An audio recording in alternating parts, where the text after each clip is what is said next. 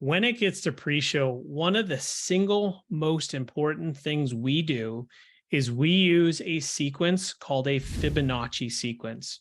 And if you've ever looked it up, it's kind of that, it looks like that big shell. If you don't have an email cadence being sent out to your audience or your ideal prospects, mirrored by your sales team, that goes at least 3 weeks out from the show, ideally 6, you are leaving 80% of your opportunities on the table. That is the one thing we have implemented for people that has driven unbelievable success in terms of show up rates. And then that exact same sequence is actually mirrored post show. And what a Fibonacci sequence is it's basically the closer you get to an event, the higher the frequency of messages get. And the same thing post show, the further away it decreases.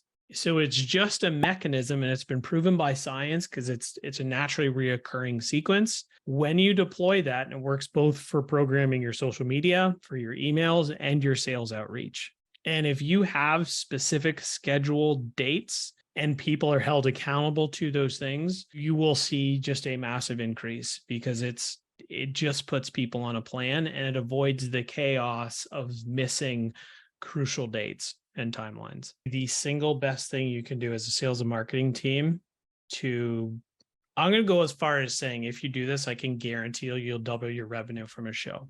And it is going to suck for the sales and marketing team every day at the end of the show.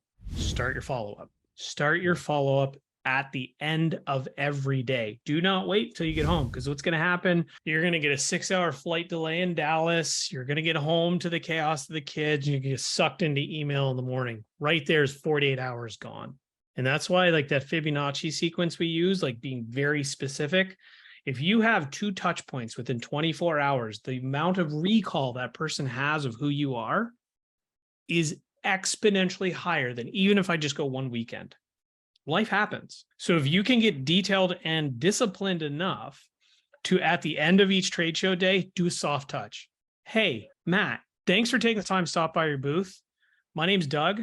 I am the salesperson. I will be following up, but I just want to let you know I've received your request and I will be the one following up with you. Like, not enough attention or detail goes into how to follow up with people. And if you can just move it up just that little bit, and that's, again, go back to the tactics assessment. Those first impressions and those first touch points matter. I can't tell you the number of times, like, we've done post-show audits with companies, and I'm like, well, let's run through the show me your trade. So, it's been a month and they have not followed up. And that's inexcusable. So getting a detailed process and just doing it at the show is the first biggest lever you can win. The second, and this has to happen before the show, is figure out, again, what are you sending them? Like, what was the goal? What do you want the next interaction to be? And then hold both sales and marketing accountable. If you have, and I would say like anybody doing a trade show, you should have some type of marketing automation software. You don't need to go buy HubSpot or anything. You can use any tool, but just be disciplined about getting them in and getting them in that follow-up sequence quickly, and make sure you're delivering value. So part of what we just talked about, like capturing the summary of the event, well, that means like we got to be on it, we got to deliver it, and then that's the kickoff to our follow-up sequence. Hey, it was really good to see you. Here's what we took through the event. Here's where you can learn about it. All of those things kind of stack and add value, but the faster and more disciplined you are about doing it, the better you're going to be.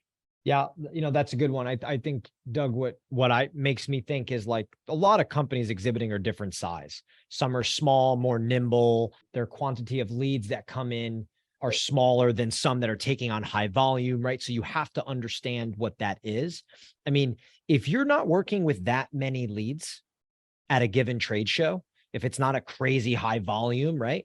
I mean, I would have somebody organizing them, putting notes to them, and not leaving things to change. You could do it in Excel. I mean, it doesn't need to be complicated. Do anything, but the organization, the personalization of information. Say you're having a conversation with somebody and something comes up, a resource that they maybe were looking for.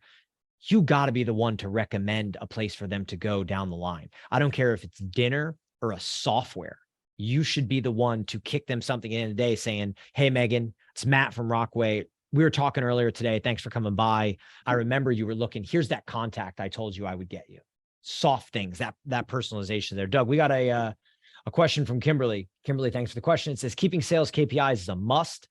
Consider it a project and complete the pre, during, and after, and you have a lovely cycle of business. Agreed. Do you have any favorite software or forms you use to create or gather data, the entire process of the show, pre, during, and follow-up? That entirely depends on the size of company and what the goals are. In my experience, I have found the less dependent on a software company is, the better. How many follow-ups are you typically sending in your sequences? So if you Google Fibonacci sequence, what it allows you to do is back it out. Typically, immediately after, there are two. One is usually the courtesy thank you. One is something of value. Next day, you're sending one. 3 days later, you're sending one. 5 days later, you're sending one.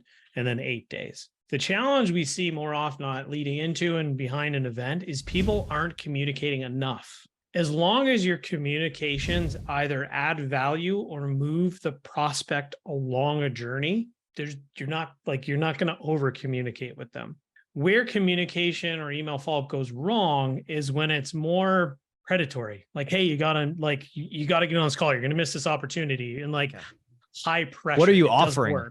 Yeah. What are you offering? What do you have to go to them with? 100%.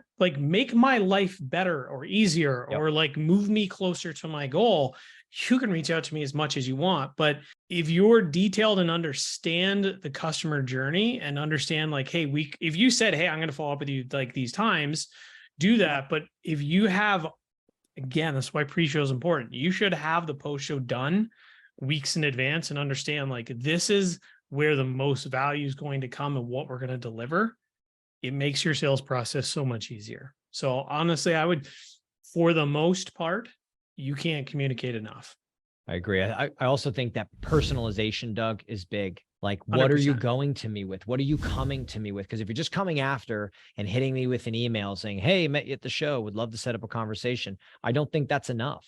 I think that's where the personalization in your space at the event, what are you coming back to me with? Is it raffles do have a reason to a degree, but are you offering something in a raffle that's worth everybody's time, or are you raffling me crap, right? Raffle me something that I'm going to love, and I'm going to answer your email. No doubt about it. You offer me a golf trip around at Pebble Beach. Let me tell you something. You can call me day, night, text, email, smoke signal. I'm picking up. All right. So raffles do have a purpose to a degree. And then what also a value are you coming back to me with? Like you said, can you help me solve a problem? So meaningful follow-up.